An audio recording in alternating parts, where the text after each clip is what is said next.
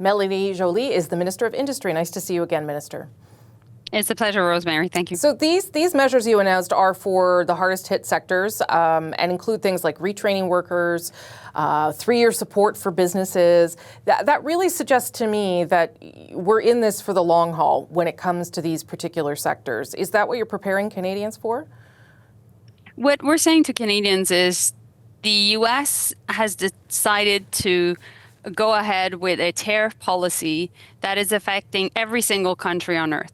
The way we have thought free trade for the last decade is over. And there is a moment of rupture, and we're in it. So we're acting now as we still have 85% of all the products we're sending to the U.S. are tariff-free. There are people in key sectors of the economy, steel, aluminum, auto, lumber, copper, that are affected. We need to be there for them. But, there's so much unpredictability right now that businesses don't have a tendency to invest in the long run. So what we're announcing today is that we're acting now, but also we're thinking ahead and we are working for the long term. So that's what we're announcing today. If it's a long-term project, that is part of the response, certainly, but that is a reshifting of the Canadian economy that is going to take a long time. How much longer can the government use taxpayer money to prop up industries under stress? Like, what is the timeline for when that becomes just not sustainable anymore? Well, we're using different tools of the government to make sure that we can support our different industries. And that is clearly through the Buy Canada policy, Buy Canadian policy, that ultimately we can support our different companies here, manufacturing here at home, through our defense procurement also. What I've heard time and time again as the minister in charge of the economy is companies want contracts rather than subsidies. So when they get a contract from the Canadian Armed Forces, from the Navy, from the government in general, they know that this contract may be for 3, 5, even 10 years. So they can plan, they can invest in their company, they can add new technologies, they can hire, they can grow their footprint, and they can, launch new products, etc. And so we're using the power of the government, the power of our funds, of our money to attract more investments, and we're doing that through procurement, through Buy Canadian policy. But let's all remember, also we are going ahead with national major projects, and that will have an impact across the country. So, but because of the way the economy looks right now, you have some of the worst job numbers we've had since COVID. The economy shrank again, the GDP shrank again. How concerned is the government about slipping into a recession, or is some of what you're announcing supposed to tackle that and prevent that from happening? Well, we see that there's an urgency. We are in action mode. We are not waiting for things to, get worse, because we're operating in such an unpredictable environment. So that's why we're coming up with a $5 billion fund to support big businesses in the affected sector, and with a $1 billion fund for small and medium-sized businesses in the supply chain. We're coming up with reskilling for workers that will need reskilling. We're coming up with different measures to deal with the tariffs coming from the U.S., but also tariffs coming from China, as we are addressing the issues in the canola sector, but also in the seafood and beef sector. One of the things the Prime Minister said on Friday about electric vehicles is that Canada will advance new options to bring more affordable electric vehicles to Canadians. What does that mean? It means that there are a couple of things. We have still limited options when it comes to electric vehicles being sold across the country. We want to do more in Canada. So I know that there are many companies that are looking at doing that. But at the same time, our auto sector is very much linked to the American one. And the sector is under 25% tariffs. Why it's not going on well in the auto sector has nothing to do with EVs. It has everything to do with tariffs. Now, there are other also models of EVs that are made in Europe and also in South Korea and Japan that we are looking at. So we want to find a way that we can bring more affordable EVs to the country, that we can have a conversation with the plants that are in Canada to see what can be done, and at the same time that we can bring down costs. So we're not looking at Chinese electric vehicles, which right now are subject to 100% tariff, or would that also be considered lowering that tariff? At this point, the 100% tariffs on Chinese EVs is policy still standing. The auto sector is under extreme pressure. Obviously, that's what you're dealing with. But climate is also under extreme pressure. And I wonder what the move to review this policy says about the government's commitment to climate change. Well, the Minister of the Environment, Julie DeBruson, is working on a new climate competitiveness strategy. We believe that it is for us in our interest, not only, of course, to fight climate change, which is obvious, but also to reap the benefits of an industrial strategy linked to being able to be in clean tech. When you look at the companies that are worldwide leaders in clean tech, many of them are Canadians. Actually, we're in the top 100, and we want to build them even more, and that's why our climate policy, particularly our pricing, our industrial carbon pricing, is really, really important to make sure that these companies continue to be competitive. So we'll continue to do that while we want to become an energy superpower. You've heard us saying that. That's why major projects are important, and that's what we'll invest in different types of energies in the context of our C5 major projects initiative. Would that include, though, those projects could include, I suppose, a pipeline, something that may or may not contribute to our fight against climate change? So we've said we would be supporting. Conventional energy and also,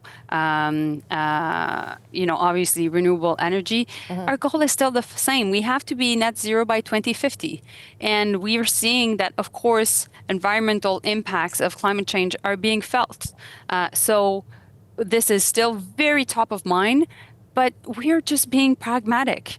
We are dealing with real economic pressures. So that's why this plan is really to deal with our clear, dealing with now what we're doing and thinking ahead and really, putting down the foundations for Canada's long-term prosperity by making sure we can build in Canada through our steel. So maybe our ports, maybe our rail, including, a speed rail between Windsor and Quebec City, and making sure that we can build more homes through Canada Homes, which will be the new agency we'll be creating with lumber from Canada, with steel also from Canada. So this is what we need to do. I understand the attempt to realign things to make sure that Canada is more resilient within our borders.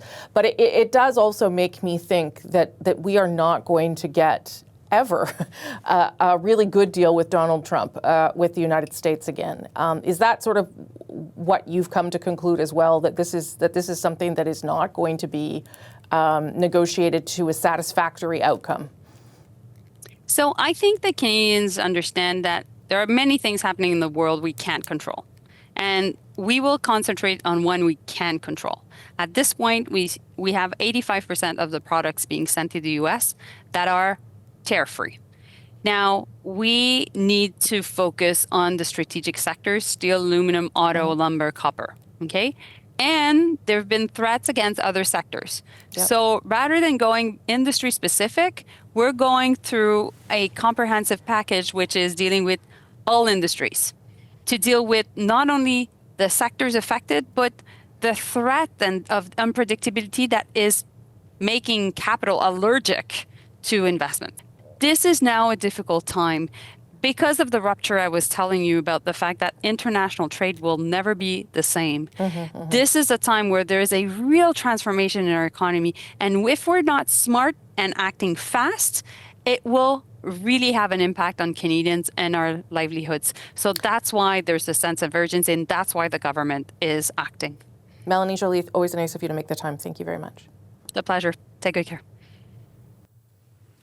The impacts of tariffs are being felt acutely in Oshawa, Ontario. GM has announced plans to shift their operations in the city, and they could shed as much as 750 jobs, saying that could happen in the fall, not giving a firm date.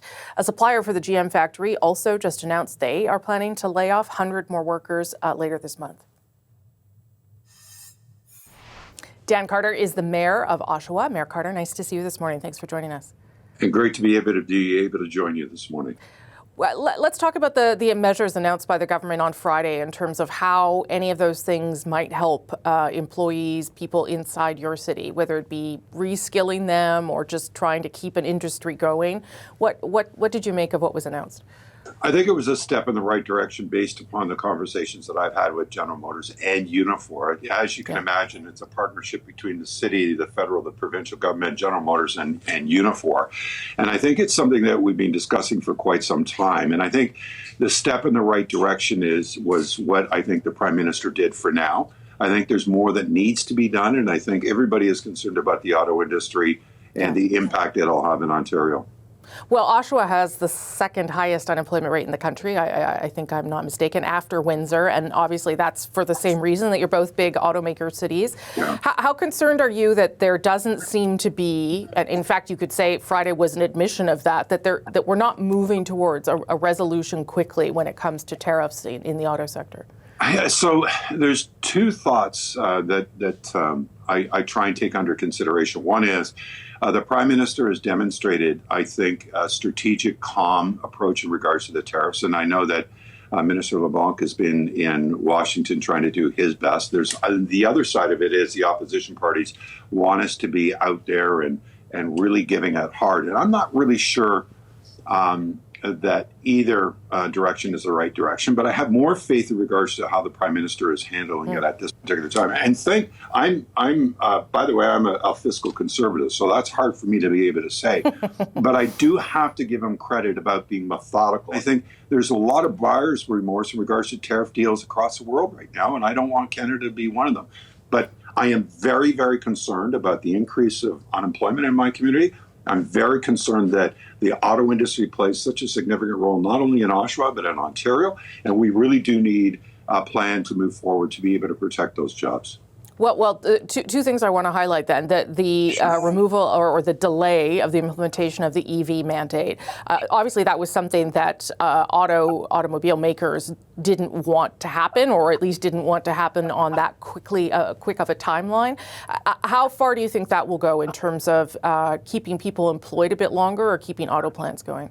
I think it brings some certainty to the industry, and I think that's what the automakers are looking at. They're saying we're concerned about the environment. Yes, we understand that the market isn't ready to be able to absorb EVs totally. Now, I own an EV myself. We utilize it for local travel. Long distance travel, we don't.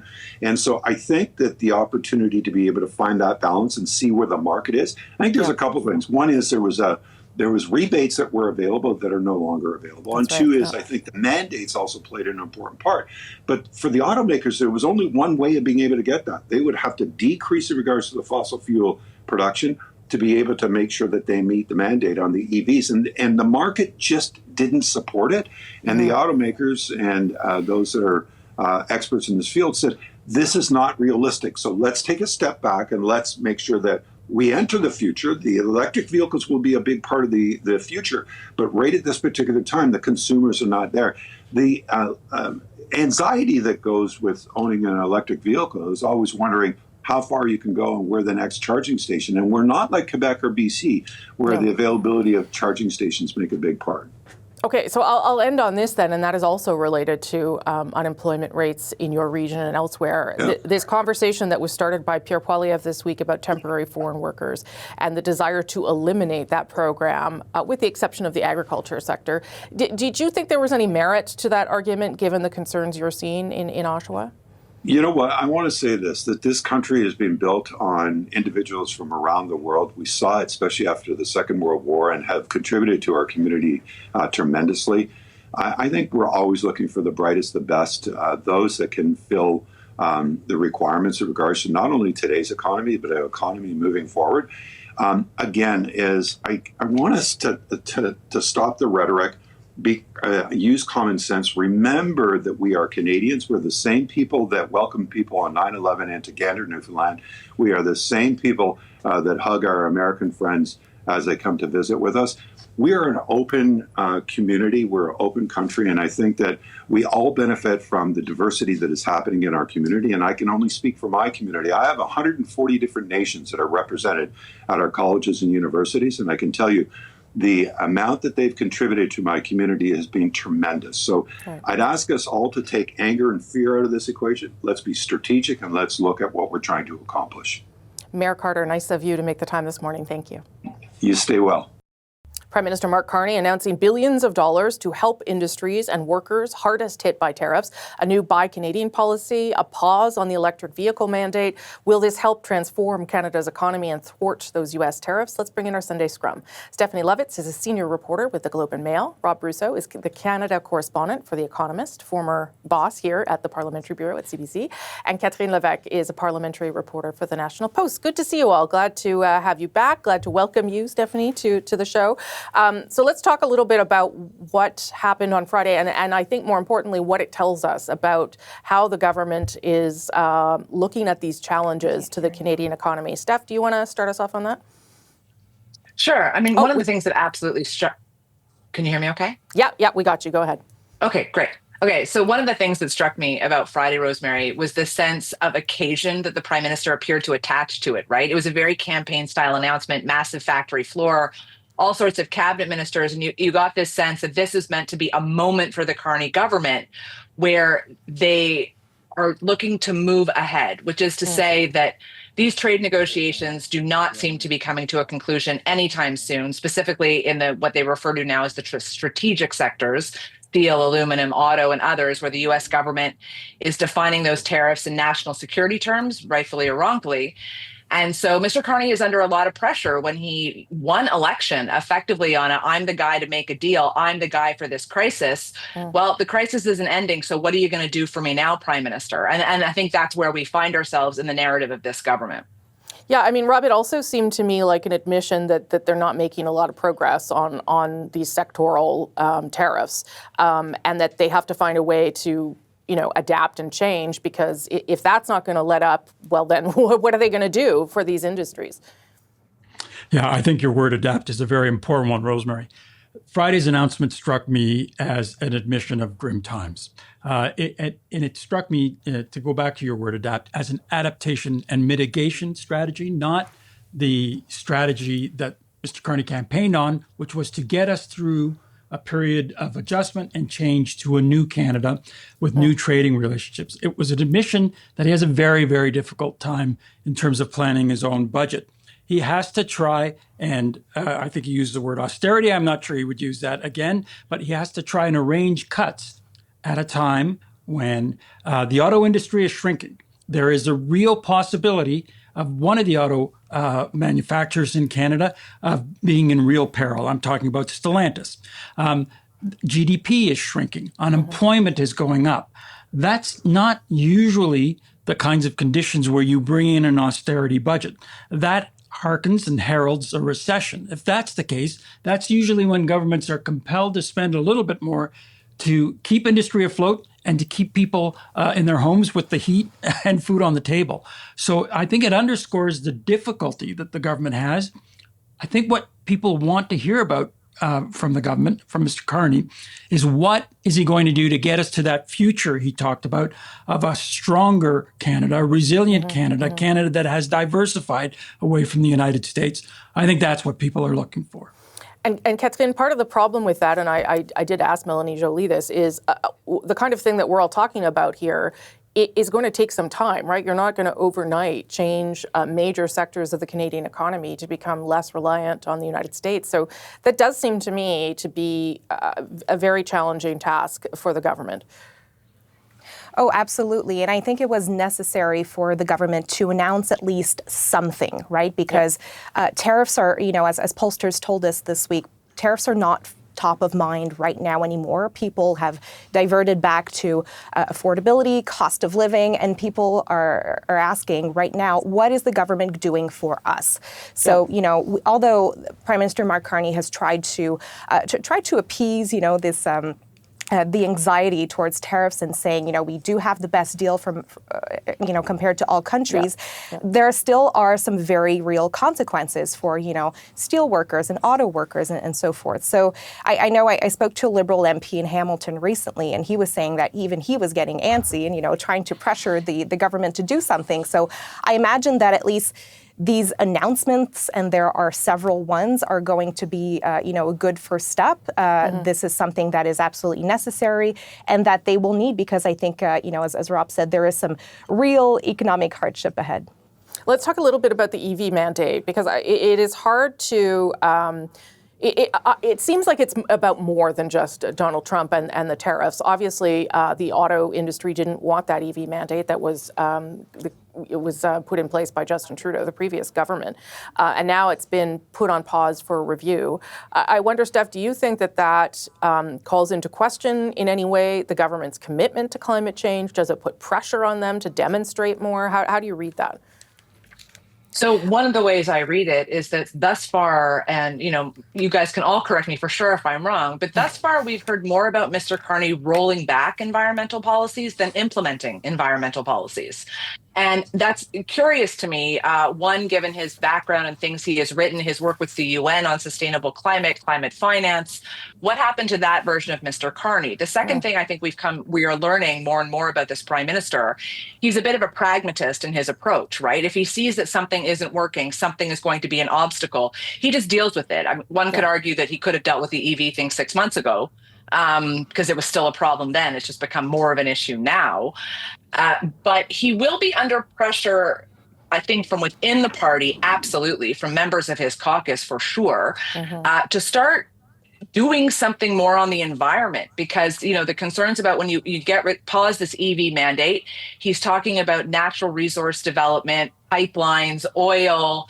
There's a lot there that I would submit that a faction of that caucus is going to look at and go, hi, I thought that we were the environmentalists. Yeah, I thought that, we were going to do something here. So what are we doing that is concrete and tangible and is bringing down emissions, moving us to the goals that we all ascribe to?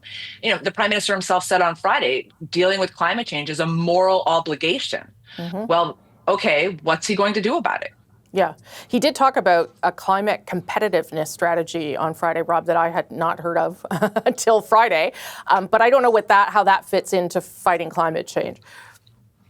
Well, I think what he's thinking about, and you saw a little bit of it when he was in Europe, particularly in Germany, that if he's going to diversify our energy exports to places like Germany, those countries, the Europeans in particular, want to know how that power is going to be developed. How clean is it going to be? It's part of their legislative process to buy clean power now. And so the competitive advantage they believe is that the energy production in Canada is less carbon intensive if we're talking about oil. In terms of LNG, it's cleaner as well. So, this is something that Mr. Hodgson was peddling in a big way when he was in Berlin. I think Mark Carney has always been a bit of a skeptic. He told me this a couple of years ago before he was prime minister in an interview about the battery factory strategy that the previous government and provincial governments are into in a big, big way.